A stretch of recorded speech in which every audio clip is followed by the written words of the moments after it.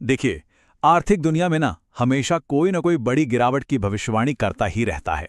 लेकिन जब rich dad poor dad जैसी मशहूर किताब लिखने वाला कोई व्यक्ति लगातार खतरे की घंटी बजाए तो दुनिया सुनने लगती है। तो चलिए इन दावों की गहराई से जांच करते हैं और देखते हैं कि इस चेतावनी के पीछे की असली सच्चाई क्या है। ये कोई बहुत पुरानी या दूर की चेतावनी नहीं है। रॉबर्ट कियोसाकी का ये बयान एकदम हाल का है और इसमें कोई लाग लपेट भी नहीं है। वो साफ साफ कह रहे हैं कि तबाही का दौर शुरू हो चुका है और दांव पर लाखों लोगों की जमा पूंजी लगी हुई है। तो असल सवाल यही है जिसका जवाब हम आज ढूंढेंगे। हम सिर्फ उनकी भविष्यवाणी पर ही नहीं रुकेंगे बल्कि उन कारणों को भी समझेंगे जो वो बता रहे हैं, और फिर ये भी देखेंगे कि जो लोग उनकी आलोचना करते हैं वो उनकी बातों को किस नजरिए से देखते हैं, ताकि हमारे सामने एक पूरी और साफ तस्वीर बन सके। तो आखिर ये रॉबर्ट कियोसाकी हैं कौन? सिर्फ एक लेखक नहीं, बल्कि एक ऐसे फाइनेंशियल गुरु जिनकी पहचान ही बाजार में आने वाली बड़ी बड़ी गिरावटों की चेतावनी देने से बनी है। वो दशकों से यही करते आ रहे हैं और इस बार भी वो इस कहानी के बिल्कुल सेंटर में हैं। साल 2025 के दौरान अगर हम देखें तो उनकी चेतावनियों का लहजा लगातार और ज्यादा गंभीर होता गया। फरवरी में उन्होंने कहा कि इतिहास का सबसे बड़ा क्रैश आएगा। अप्रैल आते आते वो मंदी और महामंदी की घोषणा करने लगे और नवंबर तक तो उन्होंने ये ऐलान ही कर दिया कि क्रैश की शुरुआत हो चुकी है। ये उनकी बढ़ती हुई बेचैनी को साफ साफ दिखाता है। अच्छा, किसी भी भविष्यवाणी पर यकीन करने से पहले उसके पीछे का तर्क समझना बहुत जरूरी है। तो चलिए देखते हैं कि कियोसाकी और उनके जैसे दूसरे लोग आखिर किन आर्थिक आंकड़ों को देखकर इतने बड़े संकट का अंदेशा जता रहे हैं। सबसे पहला और सबसे बड़ा आंकड़ा है दुनिया भर का कर्ज, 31-15 ट्रिलियन डॉलर। ये नंबर इतना बड़ा है कि कल्पना करना भी मुश्किल है। इसका मतलब यह है कि आज दुनिया पर उसकी कुल आर्थिक पैदावार का 3 गुना से भी ज्यादा कर्ज है। जब कर्ज का पहाड़ इतना बड़ा हो जाता है तो पूरी व्यवस्था एक छोटे से झटके से भी ढह सकती है। अब दुनिया से हटकर सिर्फ अमेरिका की बड़ी कंपनियों पर नजर डालते हैं। उन पर 12.1 ट्रिलियन डॉलर का कर्ज है। ये महामारी से पहले के लेवल से बहुत ज्यादा है। मतलब साफ है, कंपनियां भारी उधार पर चल रही हैं, जो किसी भी तरह की आर्थिक सुस्ती में एक बहुत बड़ा खतरा बन सकता है। ये दबाव सिर्फ सरकारों और कंपनियों पर ही नहीं है, ये आम लोगों की जिंदगी तक पहुंच चुका है। अमेरिका में लगभग 64% लोग ऐसे हैं जिनकी सारी कमाई महीने के खर्चों में ही चली जाती है। यानी उनके पास किसी भी इमरजेंसी के लिए कोई बचत नहीं है। अगर नौकरियां गईं तो ये परिवार सीधे सीधे संकट में आ जाएंगे।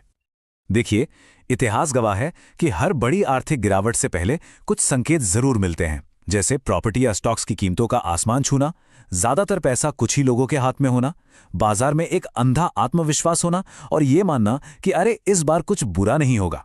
चिंता की बात यह है कि ये सारे के सारे संकेत आज के बाजार में मौजूद दिख रहे हैं। तो अगर हालात इतने ही नाजुक हैं तो फिर एक आम निवेशक को क्या करना चाहिए? अब हम कियोसाकी के सुझाए समाधान पर नजर डालेंगे कि वो इस आने वाले तूफान से बचने के लिए क्या रास्ता बताते हैं। उनकी पूरी सोच एक बहुत ही सरल सिद्धांत पर टिकी है। वो कहते हैं, ऐसी चीजें खरीदो जो आपकी जेब में पैसा डालें, जिन्हें वो एसेट कहते हैं, और उन चीजों से बचो जो आपकी जेब से पैसा निकालें, यानी लायबिलिटीज। यही उनकी किताब रिच डैड पुअर डैड का मूल मंत्र है।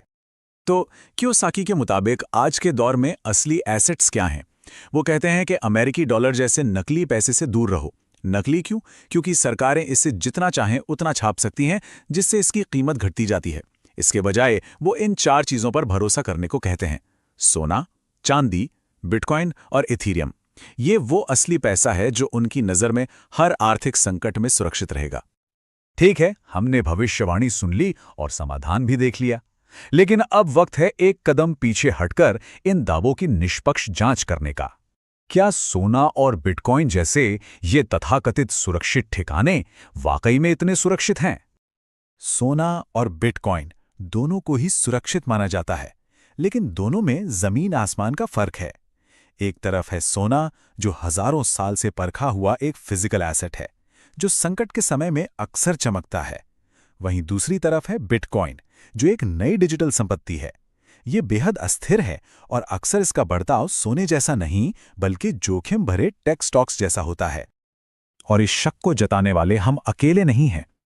टेस्टी ट्रेड के सीईओ स्कॉट शेरिडन जैसे बाजार के विशेषज्ञ भी क्रिप्टो की भारी उठापटक के कारण उसे एक सुरक्षित निवेश मानने पर सवाल उठाते हैं।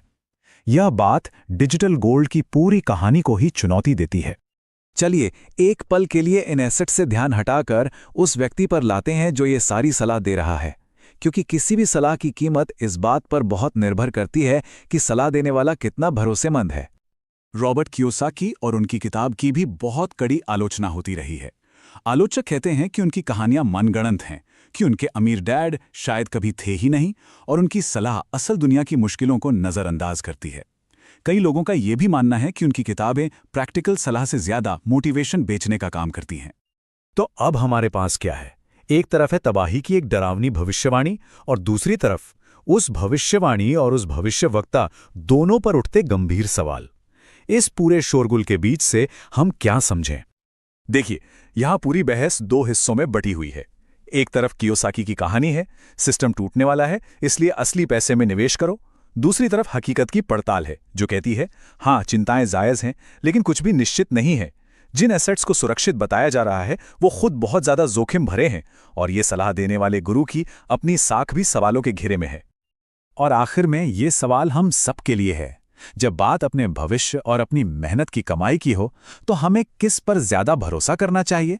एक सरल और सुनने में बहुत अच्छी लगने वाली कहानी पर, या फिर जटिल और शायद उबाऊ लगने वाले ठोस आंकड़ों पर? इसका जवाब ही ये तय करेगा कि हम आने वाले कल के लिए खुद को कैसे तैयार करते हैं। एक बार आए हो तो चैनल को सब्सक्राइब कर बेल आइकन दबाइए ऐसी जानकारी समय पर पाने के लिए।